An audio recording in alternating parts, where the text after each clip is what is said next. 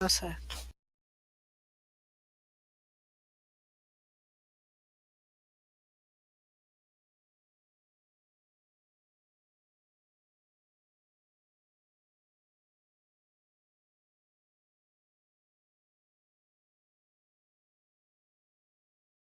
Boa tarde a todos presentes. Estamos iniciando hoje mais uma web palestra oferecida pelo Núcleo de Telesaúde do Estado do Acre, em nome da nossa coordenadora geral, a Mônica Moraes, o nosso coordenador de teleeducação, Dr. Rodrigo Silveira. Nós estamos recebendo hoje aqui a doutora Caroline Pontes Soares, que é fisioterapeuta aqui da UFAC, mestre, doutora e pós-doutora pela Universidade Federal do Rio de Janeiro, e vai abordar um tema hoje super importante e curioso, né? Novo. Então, vai abordar um pouco sobre a prevenção e tratamento da Covid-19 com bicarbonato de sódio. Tá? Então, ela vai falar um pouco sobre esse projeto que a gente tem de novidade. E antes de passar a palavra para ela, a gente gostaria de informar que essa web palestra ela fica gravada no nosso canal do YouTube, o Telesaúde Acre. Então, quem quiser depois assistir com um pouco mais de calma, né, ou repassar para as pessoas que não puderam assistir online.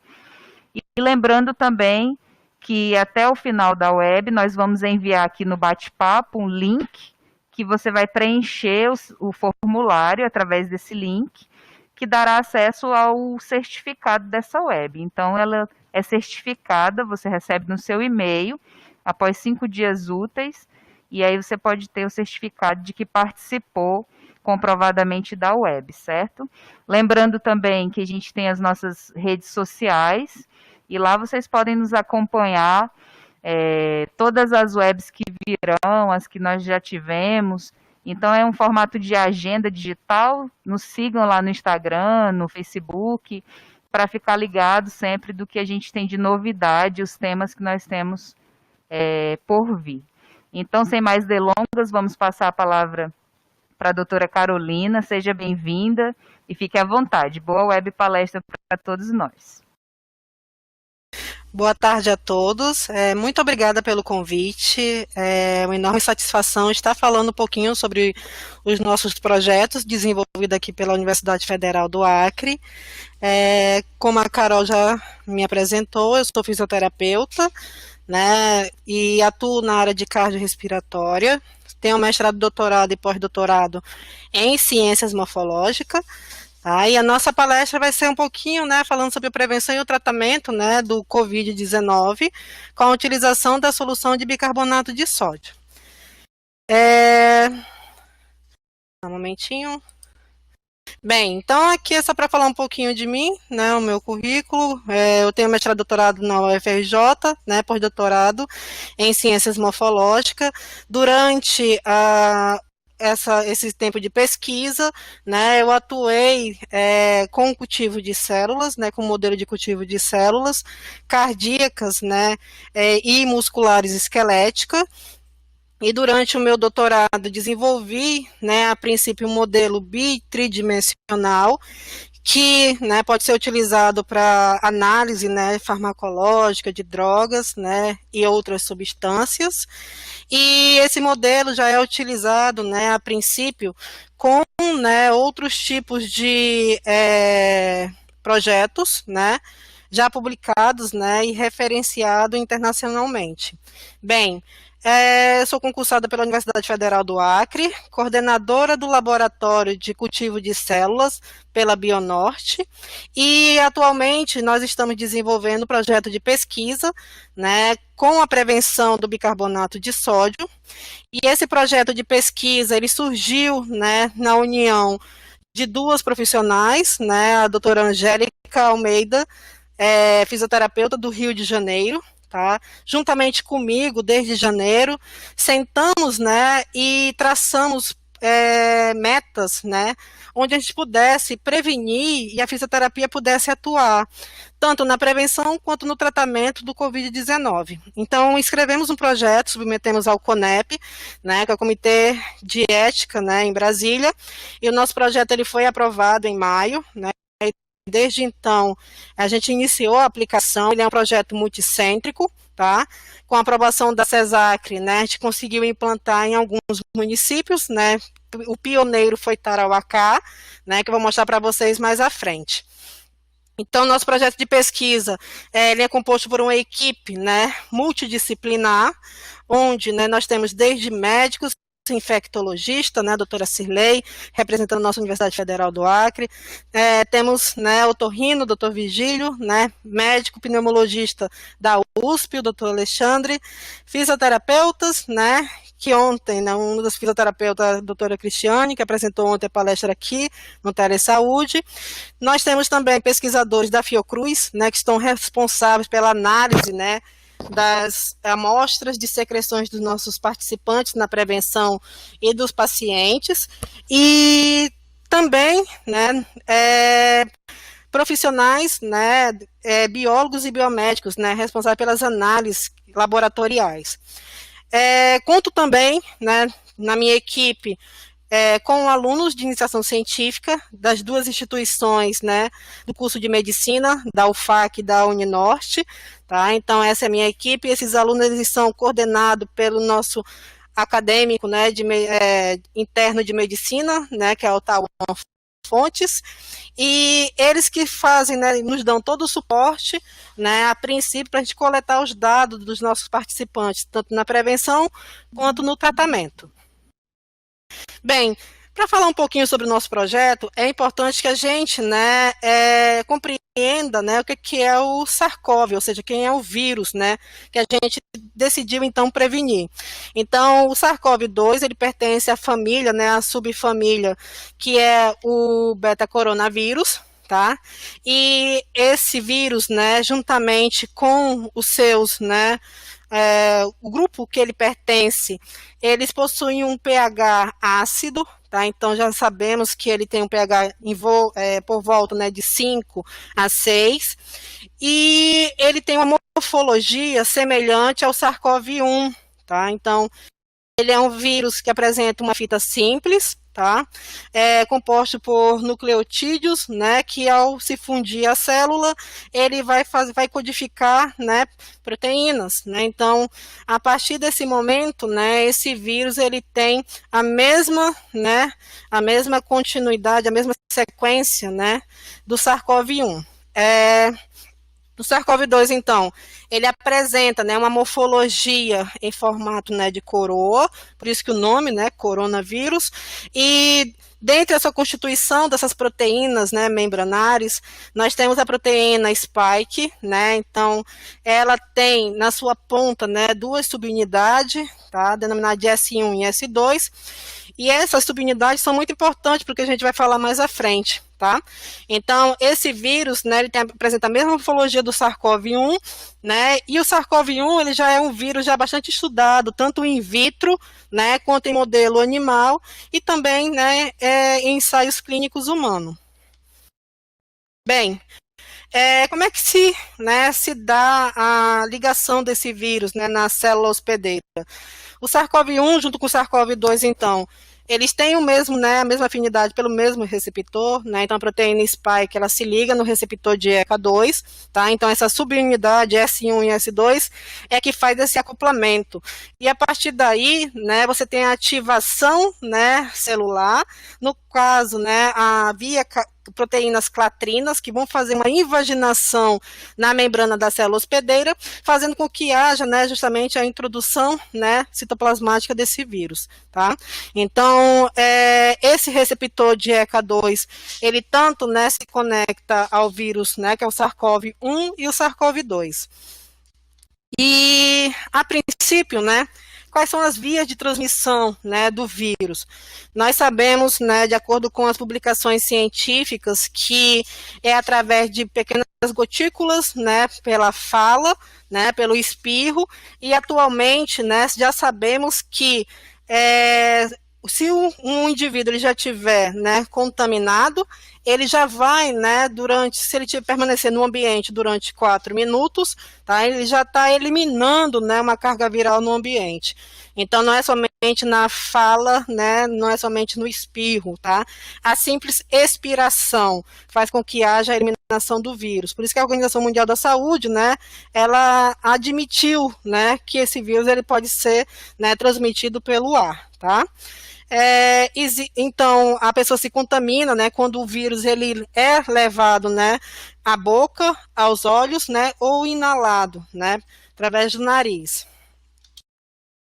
Bem, e quando esse vírus, né, ele chega no sistema respiratório, ele se depara, né, com as células da mucosa, né, essas células da mucosa, elas apresentam uma característica, né, diferenciada, contendo células ciliadas, né, células caliciformes, células endócrinas, né, que vão mudando as suas características, seus tipos celulares, até chegar a nível de alvéolo, onde nós temos, né, a princípio, células especializadas, no caso, pneumócitos do tipo 1, né, e pneumócitos do tipo 2, o qual, né, produz surfactante para dar atenção, né, respiratória e manter os alvéolos abertos.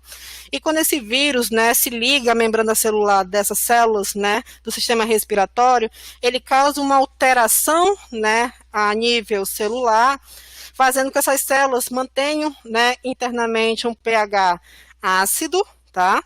E, né, levem elas à destruição, né? Então, nessa imagem aqui, né, a princípio, a gente pode observar, né, todo o mecanismo celular semelhante, né, do que acontece com o Covid-19, né, e é semelhante na fibrose cística. Então, na fibrose cística, nós temos todo o comprometimento, né, a nível de receptor, né, ou seja, receptores, né, canais presentes na membrana das células, né, hospedeiras, tá?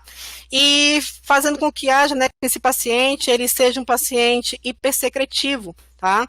O que a gente nota também, né, no paciente com COVID. Uma coisa importante, pacientes com fibrose cística, eles apresentam, né, uma diminuição da mobilidade, né, dos cílios, tá? Que a gente também observa no COVID. Então, o paciente ele não consegue, né, expectorar facilmente, né, essa secreção. O muco, né, ele fica muito viscoso, tá? E quando o vírus ele chega na mucosa, né, respiratória, existe todo, né, um direcionamento, um encaminhamento. Então, aqui nessa imagem, a gente consegue observar, né, num artigo publicado pela PLOS One, detectando a glicoproteínas presentes na membrana plasmática das células hospedeiras, e essas glicoproteínas encaminhando, direcionando, né, esse vírus, tá, até o receptor de ECA2. Isso é importante porque a gente vai ver que já existem trabalhos mostrando, né, que quando você bloqueia essas glicoproteínas, você impede esse direcionamento, né, do vírus até o seu receptor. Então, você diminui, né, a chance de aumentar essa carga viral, né, a nível celular.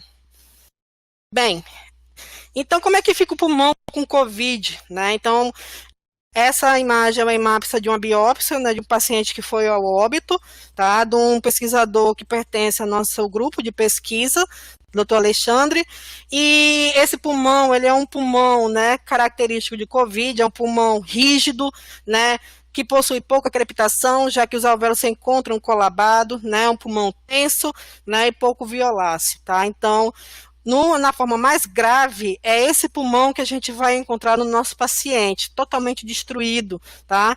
E uma vez que você tem uma destruição celular, nós não possuímos células-tronco para ter uma reposição dessas células. Ela é, então, né, reparada com tecido cicatricial e você perde, né, uma área funcional do sistema respiratório, ou seja, não vai haver troca gasosa, né? Então, o nosso grande problema, né, são as sequelas que o COVID pode ocasionar. Por isso, né, a nossa ideia da prevenção com o nosso, né, protocolo de tratamento. E como é que fica histologicamente, né, microscopicamente, esse pulmão? Né? Ele fica com o septo totalmente destruído, né, com acúmulo de células, né, no caso neutrófilos presente, né, na parte interna dos alvéolos, tá? Então, uma imagem totalmente difusa, característica, né, do COVID-19 e que faz com que, né, essa célula perca sua funcionalidade. Isso já é relatado, né, a princípio já em artigos científicos, né, internacionais, e esses pneumócitos, como vocês podem ver aqui nessa seta pretinha, eles, na fase mais grave, eles apresentam uma morfologia, né, uma característica, né, celular, onde seu núcleo, né, apresenta a aparência de vidro fosco, tá? Então, nessa seta está mostrando justamente isso. A gente tem destruição do parênquima pulmonar e essas células perdem a sua funcionalidade. Então, como é que são as fases, né, do Covid-19? Nós temos duas fases. Uma fase que é exudativa, né, que vai do primeiro dia até o 7º dia.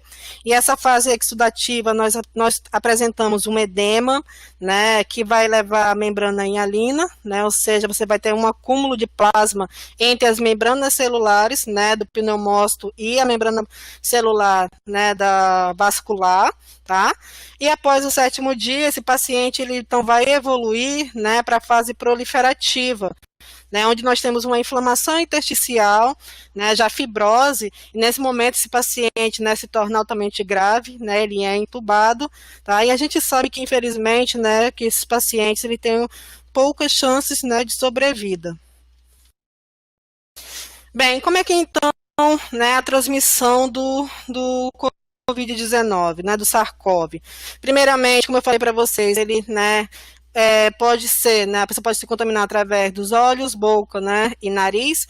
Então, ao ser inalado, né, o primeiro ataque que esse vírus vai ocasionar na mucosa é na mucosa nasal, né, na cavidade nasal, e vai ocasionar um edema, né, dessa mucosa, fazendo com que o indivíduo ele tenha uma dificuldade de respirar. O segundo ataque já é a nível de faringe, né, onde ele vai atingir as tonsilas, né, faríngea, levando um quadro de amidalite, né, e nesse momento o paciente ele já apresenta febre, tá? E, né, nesse momento, né, o indivíduo ele já vai apresentar os primeiros sinais do Covid-19, que se diferencia, né, de uma sinusite ou de uma gripe, né, viral. Ele vai apresentar, né, a perda do olfato, né, que é a anosmia, e a perda do paladar, não, ou alteração do paladar, que é a algesia, né. Então, o vírus, ao se conectar na concha nasal superior, né, no bulbo olfatório, ele faz com que, né, os neurônios bipolares, eles percam a capacidade de identificar as moléculas odoríferas, por isso o indivíduo ele tem a perda, né, do olfato. E já sabemos que o olfato ele está conectado ao paladar, por isso, né, que quando ele tem a perda do olfato, ele tem ou alteração ou perda total do paladar, né? Então, em alguns pacientes pode vir a retornar totalmente, né, mas a gente sabe que pode ocorrer sequelas, tá? E esse indivíduo ele pode não vir apresentar, né, um retorno, né, do olfato, por exemplo, que é o mais afetado. O paladar ele retorna. Bem, então o terceiro ataque, né, é a nível de traqueia, tá? Então você tem um edema da traqueia, né, um aumento da secreção nessa região. Você pode vir a ter, né, a presença do chamado Kruper viral, né, onde você tem um aumento da espessura, né, da mucosa, e isso faz com que dificulte, né, a passagem do ar, tá? E o vírus, ao se instalar nos brônquios, bronquíolos, né, e alvéolo, ele vai, né, desenvolver a pneumonia bilateral, que foi o primeiro sinal clínico, né, que chamou a atenção na China, né, e finalmente, né, na forma mais grave, o paciente ele vai vir apresentar a fibrose pulmonar, né, que é a destruição do tecido do parênquima pulmonar, onde, né, ele vai ter um tecido cicatricial no lugar, né, do tecido pulmonar. Bem, então nós sabemos, né, que existe um período de incubação, tá? Então, no primeiro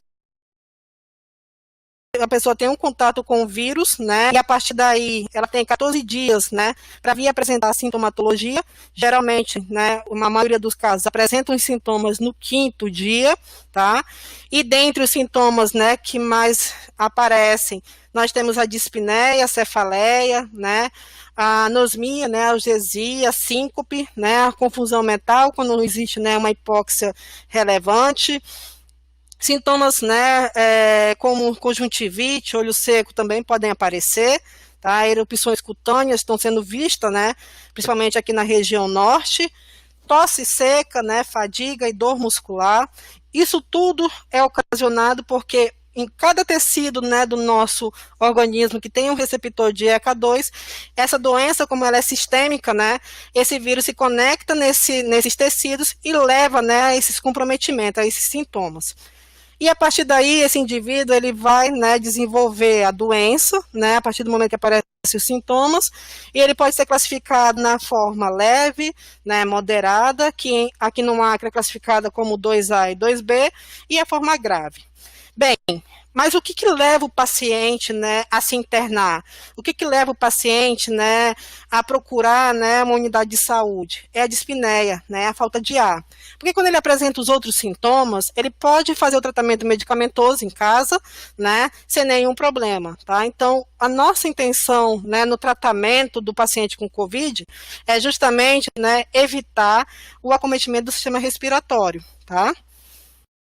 Bem, então aqui é para mostrar para vocês, né, como eu falei, que o sinal clínico, né, que detectou a doença é a pneumonia bilateral, principalmente, né, na base dos pulmões, né, onde ele acomete bem, né, e os segmentos posteriores do pulmão, tá, são mais acometidos. Na forma grave, né, você tem todo um acúmulo, né, e uma liberação de citocinas, né, inflamatórias, principalmente IL-2 e IL-10, né, que são as interleucinas, que é chamada, né, de cascata inflamatória, né, que é a forma mais grave, né, do Covid-19.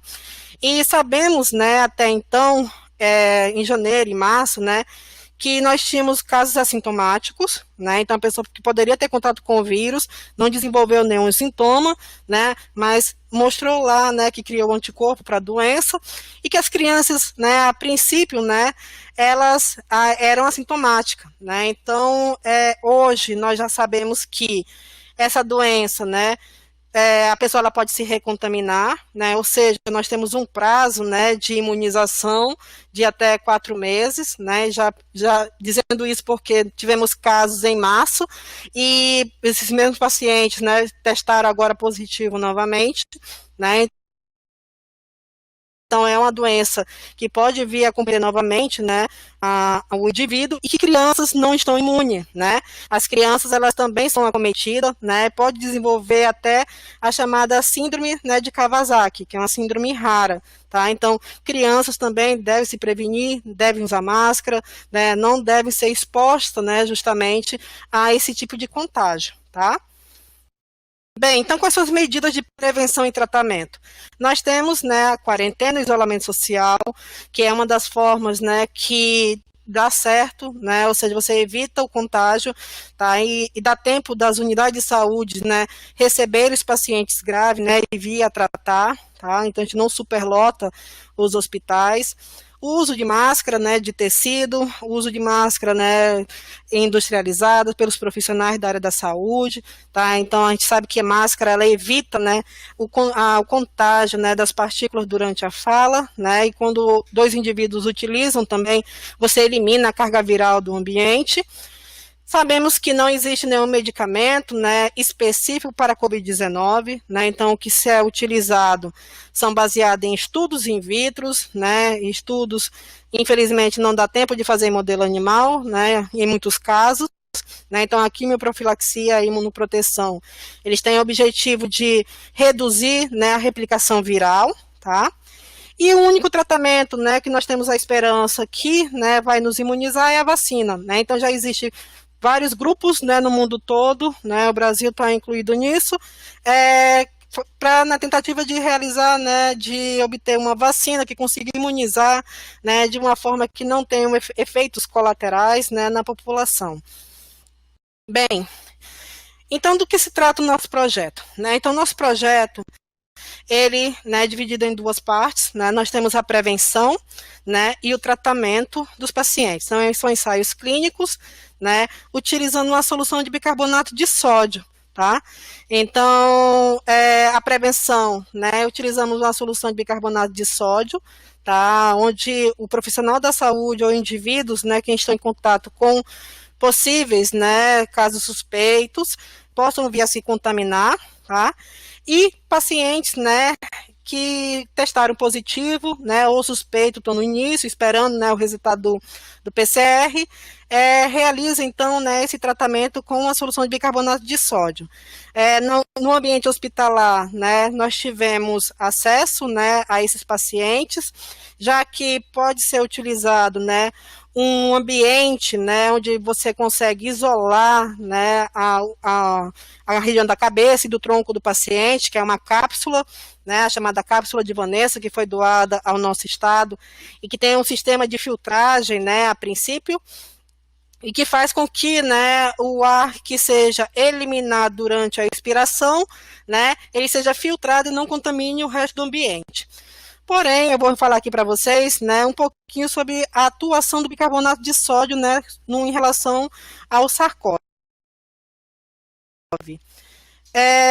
Baseado, né, num artigo que foi publicado recentemente, né, mostrando que os indivíduos, né, os profissionais da área da saúde, são os que estão mais, né, susceptíveis a contrair a doença, já que eles estão em um ambiente que possui uma alta carga viral, tá? Independente se o paciente estiver tossindo ou espirrando, como eu falei para vocês nesse artigo, foi analisado a expiração do paciente, então durante uma expiração por 4 minutos, você já tem a eliminação do vírus, tá?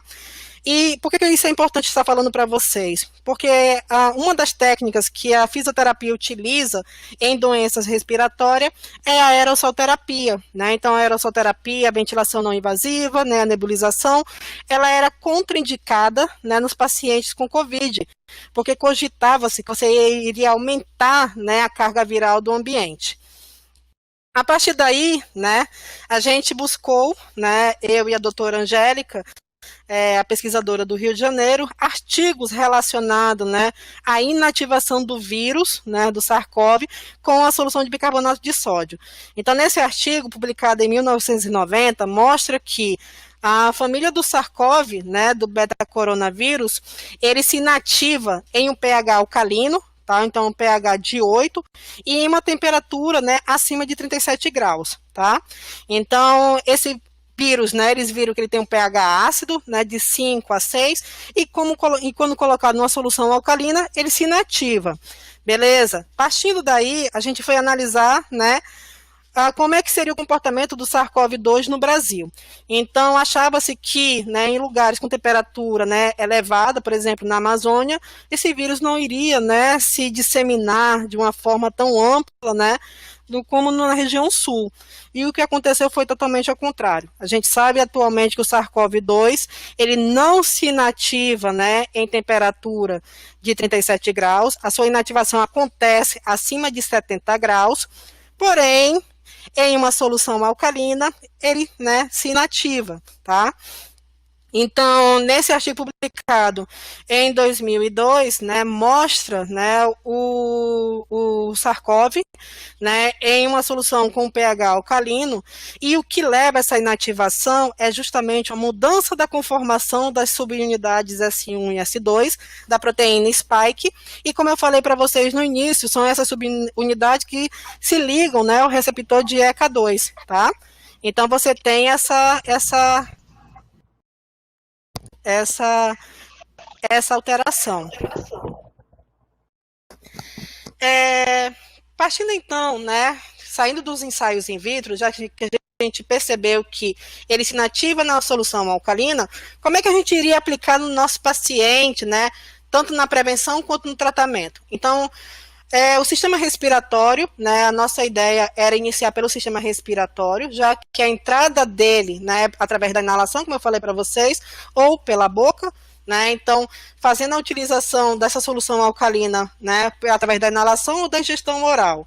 Então, a gente sabe que o pH, né, da cavidade nasal e da cavidade oral, né, e do todo o sistema respiratório, ele apresenta, né, um pH que varia, tá? Então, na cavidade nasal, o pH é de 5,5 a 6,5, na cavidade oral, nós temos um pH de 6,8 a 7,2, e no sistema respiratório, a nível de laringe, né, e traqueia, alvéolos e bronquíolos, né, nós temos um pH de 7, tá? E o pH ele pode variar mediante, né, mudanças de temperatura, mediante um estágio gripal, Tá? E em contato com o SARS-CoV, nós temos uma diminuição, né, desse pH. Então, faz com que haja, né, uma acidez, tá, do pH do sistema respiratório do paciente com COVID.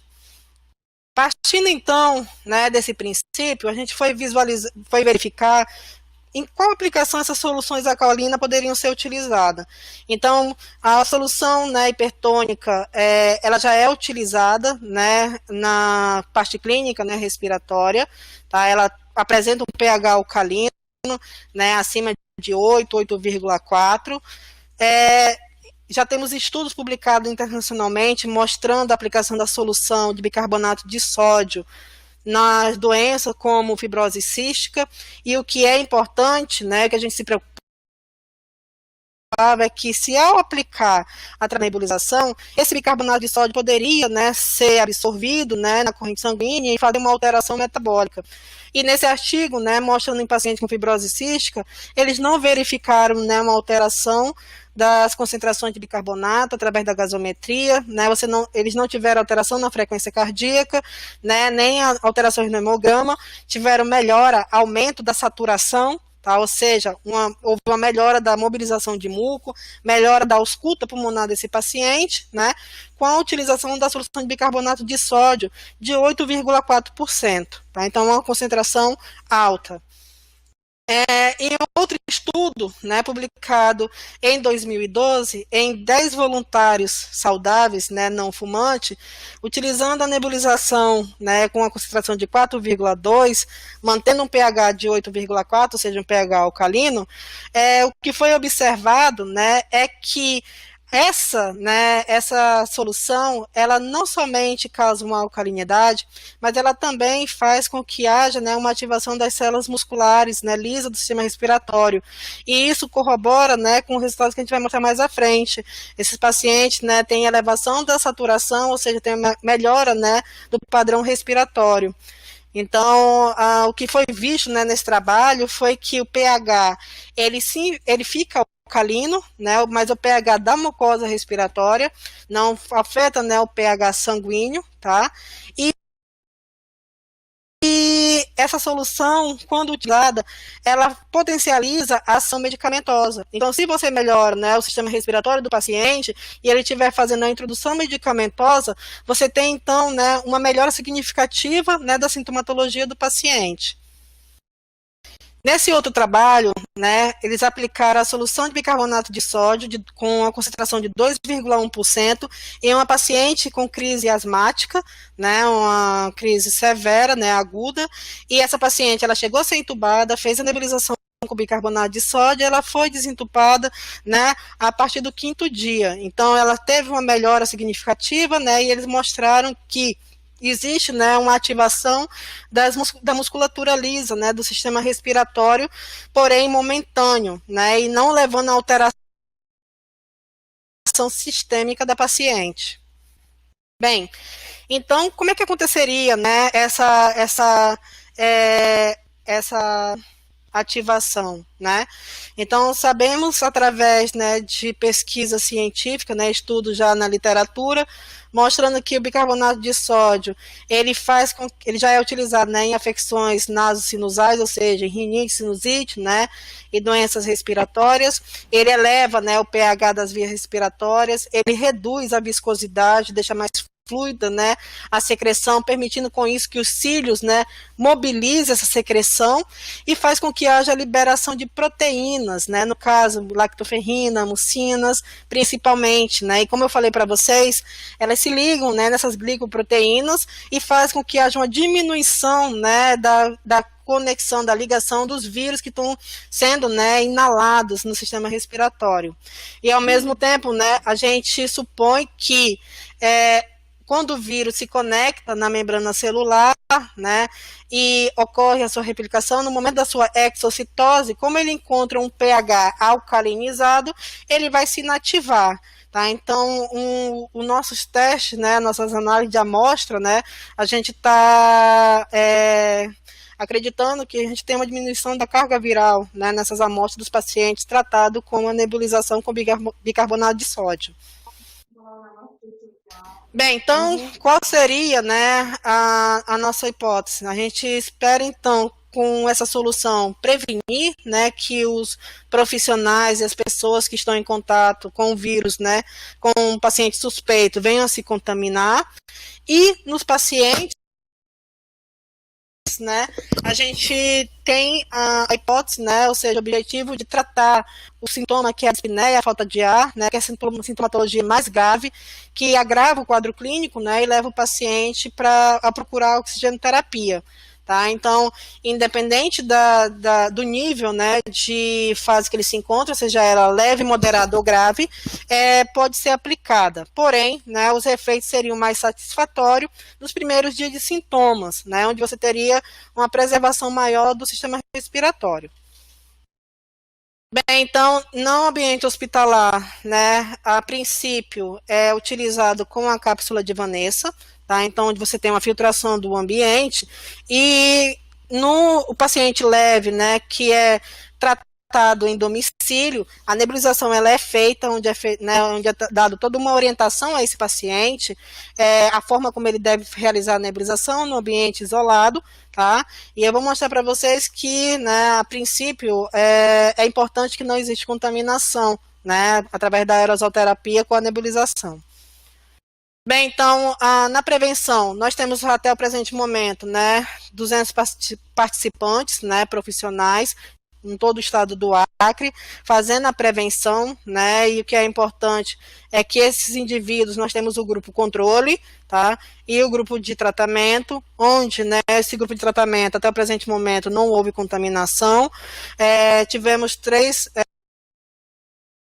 não houve contaminação, né, durante um longo tempo, só tivemos, né, a princípio, 2 casos, né, de contaminação, mas um caso atípico, né, que até então a gente não sabia, né, o mundo, ninguém sabia que a pessoa poderia se recontaminar, né, então era uma profissional da área da saúde que não fazia, né, a prevenção, já que ela já tinha tido, né, Covid e que veio a se contaminar novamente, tá?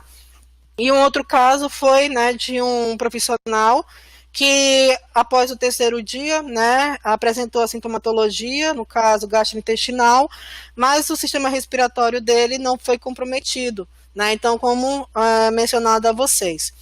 E no tratamento, né, nós utilizamos então a nossa amostra pacientes suspeitos e positivos, né, para a COVID-19. Bem, então aqui os resultados preliminares para vocês. Na prevenção e no tratamento, o primeiro município que abraçou o nosso projeto foi Tarauacá, tá? Então o Hospital Dr. Sansão, né, Gomes, onde lá nós monitoramos, né, ao todo 20 participantes, 20 profissionais.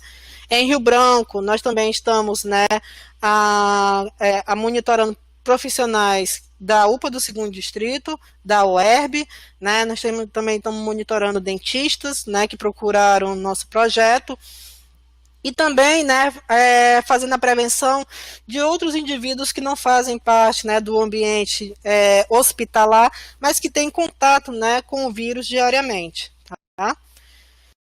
Bem, aqui é para mostrar para vocês o Hospital Sansão, né, de Tarauacá, onde a diretora, né, Laura Soares, ela permitiu, né, a aplicação do projeto e grande parte do sucesso que a gente está tendo, né, é justamente os resultados positivos, né, em Tarauacá, onde os pacientes não têm um agravamento da doença, né, internados lá, conseguem desenvolver, né, justamente evoluir com o tratamento, né, com o tratamento da nebulização e o tratamento medicamentoso. É importante mencionar, dependente da medicação que o paciente vir a tomar, que o médico prescreve, a nebulização não interfere, né? Então o paciente ele tem uma melhora significativa, na primeira nebulização você vê, né, a saturação elevando, tá? E os profissionais estão fazendo, né, a nebulização. Então, no Hospital Sansão, eles fizeram uma salinha, né, onde os profissionais, antes do plantão, né, realizam a nebulização e, ao final, também eles, né, realizam a nebulização. Então, existe um horário de prevenção, né, a ser feito. Essa sala é adaptada, né, ventilada, bem iluminada, apresenta uma pia, né, onde o profissional faz toda a asepsia, lavagem de mãos, né, passa álcool 70. O material, né, a máscara, ele é esterilizado, ele não é compartilhado entre profissionais, isso é importante, né, e isso facilita, né, muito e dá mais segurança, né, ao profissional que está ali, principalmente na ala de Covid-19. Bem, como é que a gente sabe que essa solução, né, ela realmente alcaliniza o sistema respiratório? Tá? Então, foi feita uma análise da amostra, né, da cavidade oral do paciente, tá, através da saliva, antes da nebulização e após a nebulização. Então, na barrinha azul clara, né, que é antes da nebulização, você vê que num paciente normal, sem Covid-19, né, fazendo a prevenção, ele tem um pH de 7, né, que é o pH neutro, princípio da boca, né, corroborando com a literatura de 6,8 a 7,2, e após a nebulização, essa alcalinização acontece, então ele apresenta, né, um pH de 8, tá? Ou seja, nós estamos, né, protegendo o sistema respiratório com a alcalinização, tá? Então a gente consegue atingir esse objetivo. Em relação, né, ao tratamento, tá? A gente como iniciou em Tarauacá, né, como eu mencionei a vocês, mas também estamos fazendo, né, o atendimento na UERB, né, na enfermaria do quarto andar, juntamente com a doutora Ellen, né, e a doutora Fabíola, né, a médica responsável pelos pacientes no quarto andar. E esses pacientes, eles têm uma melhora significativa, né? A equipe de Tarauacá, né, a princípio, os fisioterapeutas que estão, né, à frente, tomando conta, né, desse tratamento de uma forma, né, exemplar, né, de excelência, posso assim dizer. A doutora Mari, né, a doutora Úrsula e o doutor Tiago são fisioterapeutas que estão fazendo, né, um trabalho da fisioterapia respiratória de tirar o chapéu, posso assim dizer. Os pacientes, eles têm uma melhora significativa e ao ter alta, né, esses pacientes não retornam à unidade hospitalar. Tá? A gente está monitorando eles a princípio, né, em relação às possíveis sequelas, né, no pós-Covid. Então, no ambiente hospitalar, nós temos aqui, né, uma ilustração, uma foto ilustrativa com a cápsula de Vanessa. Aqui, né, na unidade de Covid-19, né, 3 pacientes com comorbidade diferente, idade diferente, né, sexo feminino e masculino, recebendo o tratamento de nebulização com bicarbonato de sódio, né, conjuntamente, né, com a cápsula de Vanessa para filtrar o ar, mas como já mencionado, né, no momento que você faz a introdução do bicarbonato de sódio, você vai estar expirando, né, um vírus inativado, tá, com a solução de bicarbonato, então, ou seja, um ar alcalinizado.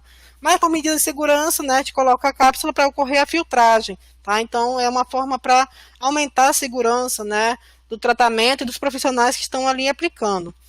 Esses pacientes, eles têm uma melhora significativa, né? Então a gente pode notar aqui na imagem, né, onde os pacientes estão segurando um coraçãozinho, são pacientes que diminuem a quantidade de dias internado, tá? São pacientes que têm alta, né? A gente tem vídeo deles saindo cantando, né, agradecendo.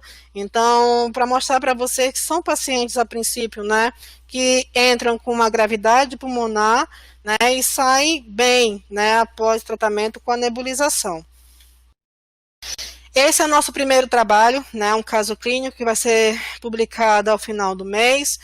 Ele mostra, né, um caso clínico de uma paciente, tá, com várias comorbidades, né, com um comprometimento pulmonar grande, tá? Então, de acordo com a análise, né, o protocolo de TOLSE 2020, né, que foi específico para a COVID, para analisar uma radiografia de um paciente com COVID, o que a gente pode observar em A é que existe, né, um comprometimento dos 6 quadrantes, tá, dessa paciente no início da internação. E após 3 dias de nebulização, o que a gente vê é uma melhora significativa, né, da imagem. Essa paciente apresentou uma melhora significativa na saturação, né, a princípio, de acordo com o protocolo de Tussaud, ela teve, né, somente 3 pontos, né, 3 quadrantes marcados, né, ou seja, atingiu a pontuação de 3, mostrando uma melhora significativa do tratamento. E esse nosso resultado, né, ele corrobora com o que já foi visto, né, na China, porém em pacientes entubados, tá? E recentemente nos Estados Unidos, tá? Então, nos Estados Unidos foi feito o tratamento com a nebulização com bicarbonato de sódio, numa concentração de 4,2, né? E esses pacientes, eles tiveram a melhora significativa, foram desentubados, né, após 48 48 horas, tá? Sendo 2, né, internados em 48 horas, e após, né, 72 horas, os outros 2, né, que foram desentubados, já que eram pacientes que apresentavam uma gravidade maior, né, ou seja, uma hipotrofia muscular, né, ou seja, um comprometimento da musculatura respiratória, por isso, né, que o desmame foi mais difícil nesses pacientes.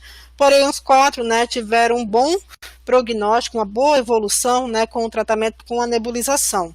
E como podemos observar nessa imagem, em A, né, antes do tratamento, e em B, com o tratamento. Bem, na UPA do segundo distrito, né, iniciamos então o aplicamento com a solução, né, com bicarbonato de sódio nos pacientes na ala de Covid, e lá nós temos apoio, né, dos médicos da ELN, doutor Tiago, doutor Carlos, né, juntamente com o diretor, doutor Eduardo Farias, que está nos apoiando, todo o grupo da fisioterapia, né, iniciou com a doutora Cris, doutora Edenilce, né, doutor Raifran, e tem o doutor João Paulo, né, então são fisioterapeutas que estão, doutora Rosinete, são fisioterapeutas que estão na linha de frente, que aplicam o nosso protocolo, né, o nosso projeto pacientes, e esse é um dos resultados que a gente tem, né, então em um dia, né, em um plantão que a gente aplicou, fez o procedimento, né, no caso, o protocolo, né, que é chamado de crossover, a gente aplicou inicialmente soro fisiológico através da nebulização nos pacientes, né, com COVID positivo, e eles não apresentaram melhora da saturação, e em seguida aplicamos 20 minutos da nebulização com a solução de bicarbonato de sódio, e esses pacientes tiveram um aumento significativo da saturação, né, chegaram a se estabilizar, e, né, alguns foram transferidos para a unidade, né, de referência de COVID aqui no estado do Acre. Então, esse resultado mostra que não é a nebulização com soro fisiológico que faz a diferença, é o bicarbonato de sódio, tá? Após, né, aqui nós temos 10 pacientes, então, que foi aplicada, né, a nebulização, né, no mesmo dia, e o que a gente pode observar é que todos elevaram, né, a nebulização, ou, desculpa, a saturação, né, a SpO2, após a nebulização, em relação, né, ao antes, tá? Então, a melhora é significativa, o paciente ele relata uma melhora para respirar, né, relata que o pulmão abre, ou seja, né, a broncodilatação acontece, né, e isso faz com que ele reaja melhor à medicação, ele consiga evoluir bem, né, ao tratamento. E é importante que vocês saibam, né, como eu falei para vocês, e os artigos científicos mostram, né, no tratamento de outras patologias, é que a gente não tem alteração, né, no caso aqui para mostrar que não altera na frequência cardíaca, tá? Então, se o paciente ele tem uma melhora da saturação, ele vai ter, né, vai ter menos trabalho cardíaco, ou seja, a frequência cardíaca que se encontra elevada, vai diminuir, vai estabilizar, né, vai se normalizar, melhor dizendo. Então, nesse gráfico, né, em salmão, mostra a frequência cardíaca do paciente, né, elevada, e após a nebulização, ela retorna, né, ela vai decaindo, né, e se normalizando, tá? Então, a tendência é esse paciente começar a normalizar, né, a parte hemodinâmica. Foi testada, então, né, a alcalinidade dos pacientes com Covid-19, tá? Então, aqui a gente tem 4 pacientes, né, que foram realizada a nebulização, tá?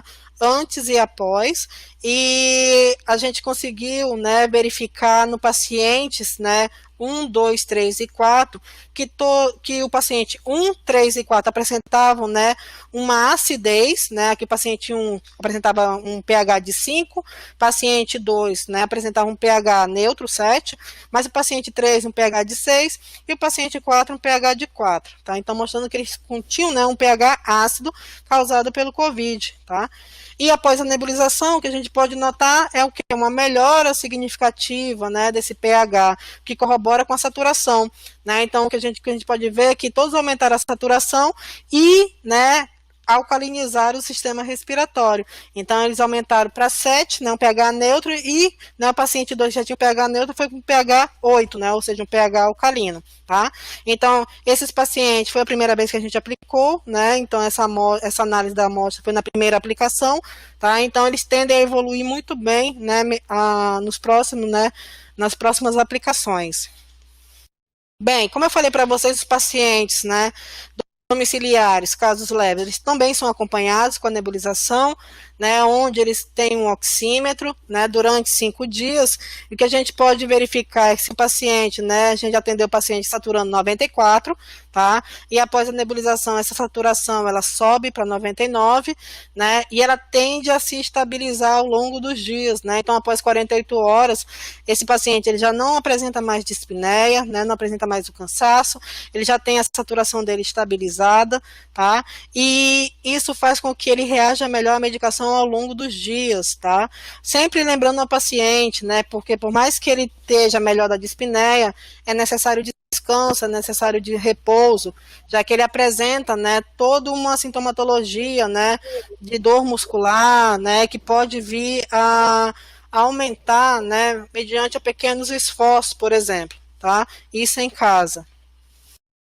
E a princípio, né, nós estamos ainda em andamento, tá? Então estamos aplicando ainda o projeto de pesquisa, né, cadastrando ainda voluntários, né, que queiram participar na parte de prevenção, né, e captando pacientes, né, no tratamento, atendendo pacientes na aula hospitalar, tá? Então, com isso, esses resultados, pretendemos então reunir para publicar, né, no máximo até agosto, né, na prevenção e também no tratamento, tá, para mostrar, a princípio, né, os benefícios que a solução de bicarbonato de sódio pode vir, né, a ocasionar, né, e aumentar, né, a chance desse paciente que com o COVID, né, via evoluir, né, muito bem na conduta, né, toda dele, tá? Então, eu gostaria de agradecer, né, a presença de todos, tá? Como eu falei para vocês, só para fechar aqui, a gente já viu, né, que a solução de bicarbonato de sódio, ela é eficaz nos casos leves, né, e moderados.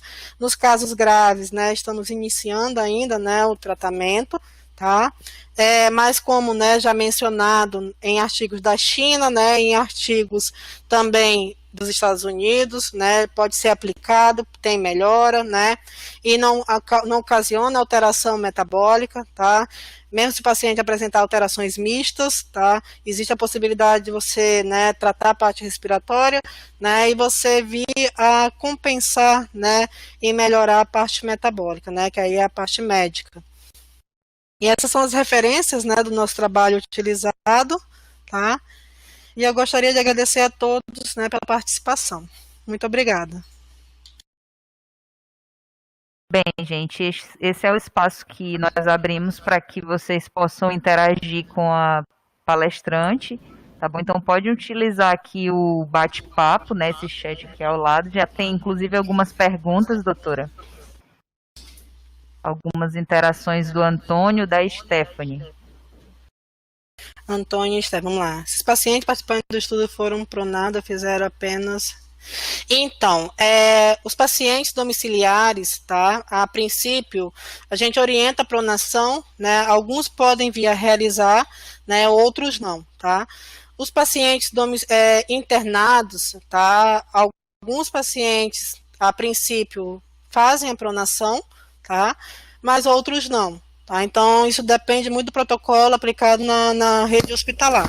Mas, a princípio, né, os domiciliares, somente a nebulização, tá? Sem pronação.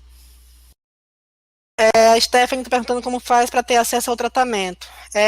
Isso é importante, né? A gente está tentando, a gente vai fechar, né, um convênio com a CESACRE, tá? E a princípio a ideia é disponibilizar esse tratamento, né, na UPA do 2º Distrito, onde a gente pede, né, para a pessoa fazer a adesão, ela tem que fazer um cadastro, né, ela tem que assinar o termo de consentimento e livre esclarecimento, e o que a gente pede, né, é um preenchimento do formulário, tá? Então, tanto o paciente, né, tem dias de preenchimento e na prevenção também, tá? A solução ela é disponibilizada, né, para a pessoa, o que a gente pede somente é que ela tenha, né, se for em casa, um nebulizador, tá bom?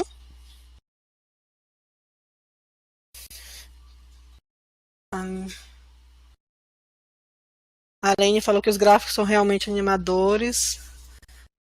Orly está dando parabéns. Muito obrigada, Orly. Acho que foi. Bem, gente, então nós agradecemos a participação de todos vocês.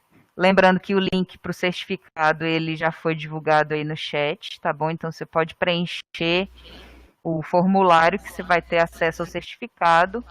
E agora nós estamos divulgando aí, usando o espaço, né, para divulgar o curso.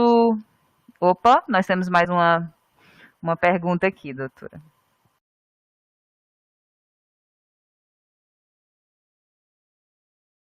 Até o presente momento, né, como eu mencionei, não temos alteração, né, sistêmica, tá? É importante frisar isso.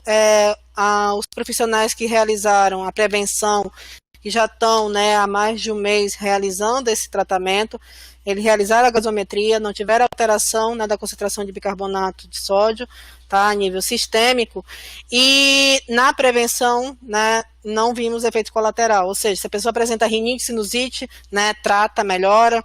Se a pessoa apresenta, né, o pigarro na região, né, da orofaringe, melhora, tá? Em relação aos pacientes, tá? Ao contrário dos pacientes que não utilizaram, né, o grupo controle, eles têm uma melhora significativa do sistema respiratório, tá? São pacientes que pouco sentem fadiga respiratória, são pacientes, né, que pouco relatam incômodo, né? O que eles mais vêm a ter em relação às sequelas são as lesões musculares, né, sequelas musculares, a dor, né, o cansaço muscular, que já é descrito, né, como fazendo parte da doença, tá? E é importante falar que essa dose, né, que a gente utiliza, ela é uma dose, né, mínima, tá? Então é uma dose que foi testada no laboratório em Minas Gerais, né, pela nossa biomédica do nosso grupo, a doutora Jordana. Então é uma dose que fica na faixa, né, de tratamento do sistema respiratório, que não faz, né, com que haja uma alteração a princípio, né, não leva uma irritação, né, da mucosa, tá? Então, isso é importante falar, mencionar. E o tempo de tratamento, né, o intervalo entre os tratamentos também é importante. Então, tudo é baseado em tratamentos clínicos já utilizados, né, que está dando certo no paciente com Covid, né, e na prevenção das pessoas que estão, né, a princípio em contato com pacientes positivos e com Covid.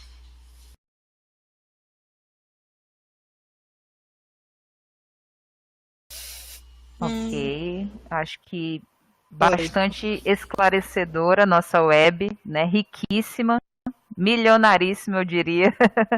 Né? Muito obrigada, doutora Carolina, pelos esclarecimentos. Muitos municípios gostariam de estar participando, porém a agenda bateu com alguns outros compromissos, mas já querem disponibilizar, que a gente disponibilize o link da gravação, porque todos têm realmente muito interesse em saber como funciona o tratamento. Então, com certeza, a web de hoje foi bastante válida e o Telesaúde agradece a sua participação. Muito obrigada. As portas estão sempre abertas para próximas, né? Tá bom? Então, muito obrigada. E lembrando, como eu ia falar no início, né? A respeito da divulgação do nosso curso. Então, você que é médico, enfermeiro ou fisioterapeuta, a OPAS, junto com o CONAS, estão disponibilizando um curso em parceria com o Telesaúde Acre e a divisão de ensino e pesquisa da CESACRE, né? O curso sobre cuidados clínicos na síndrome respiratória aguda grave.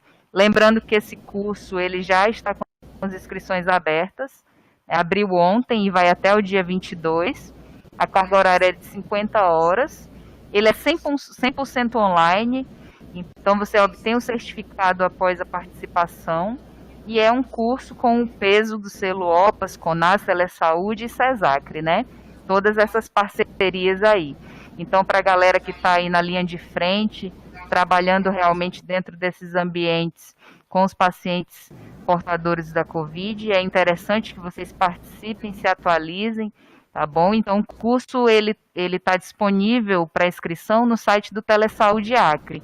Então, aí no folderzinho já tem o endereço, telesaude.ac.gov.br/educantes. Tá bom? Então, a gente espera a participação de todos vocês, divulguem para os colegas também. E acredito que, de antemão, somente esses informes que nós teríamos para dar e agradecer mais uma vez a doutora Carolina Pontes. Muito obrigada e até a próxima web. Obrigada.